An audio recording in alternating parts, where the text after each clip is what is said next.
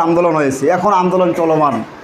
আজকে দেখেন, যারা আমার দেশের জন্য যুদ্ধ করেছে, স্বাধীনতা লাভ করেছে, যারা জীবন দিয়েছে, যারা মুক্তিযুদ্ধে অংশগ্রহণ করেছে, তারা নিশ্চয়ই সম্মানের পাত্র। তাদেরকে আমরা সম্মান করি, তাদেরকে আমরা শ্রদ্ধা করি, তাদেরকে আমরা শ্রদ্ধা করে স্মরণ করব। এটা করাটাই আমাদের লাগবে, এটা আমাদের এবারের কাজ। তার কারণ তারা যদি সেই সময় ত্যাগ স্বীকার না করতো, তারা জীবন না দিত, অস্ত্র হাতে তুলে না নিত, আজকে আমরা এই সুন্দর একটা দেশ পেতাম না। তো তারা যারা এই কাজটি করেছে তারা অত্যন্ত ভালো কাজ করেছে, তাদেরকে আমরা সম্মান করি, শ্রদ্ধা করি।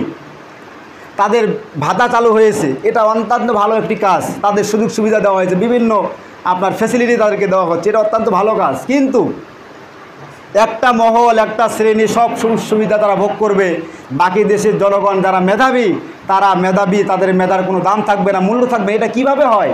এটা কিভাবে সম্ভব? মেধাহীনরা আজকে জায়গাগুলো দখল করে নিয়ে বসে আছে, অথচ মেধাবীরা কোনো চান্স পাচ্ছে না। আপনি একটা যে চিন্তা করেন, সূক্ষ্ম মাথায় যদি চিন্তা করেন, যারা বিশ্ববিদ্যালয় পড়ে, এদের ব্রেন কি আপনি সামান্য ব্রেন মনে করেন? কি মনে হয় আপনাদের যে এদের ব্রেন খুব একটা নাই, বেশি নাই? এরকমটা কি?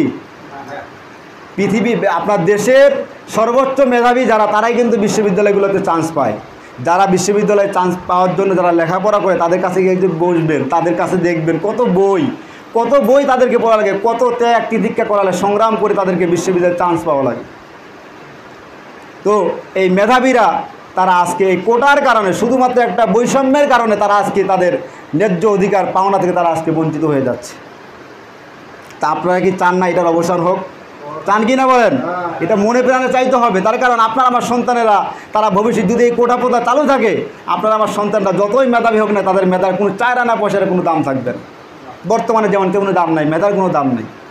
এই আন্দোলন করতে গিয়ে আজকে আপনার অকাতরে ছাত্রদের উপরে গুলি করা হচ্ছে, তাদেরকে হত্যা করা হচ্ছে। আবার এরকমও ভিডিওতে তাদেরকে ছাদ থেকে ফেলে দেওয়া হচ্ছে। কি অপরাধ তাদের? অপরাধটা কি? তারা তাদের ন্যায্য অধিকার ফিরে পাওয়ার জন্য তারা আন্দোলন করছে। সম্মানিত উপস্থিতি, এটা আপনারা সবাই জানেন যে এটা আশুরার মাস চলছে, মহরম।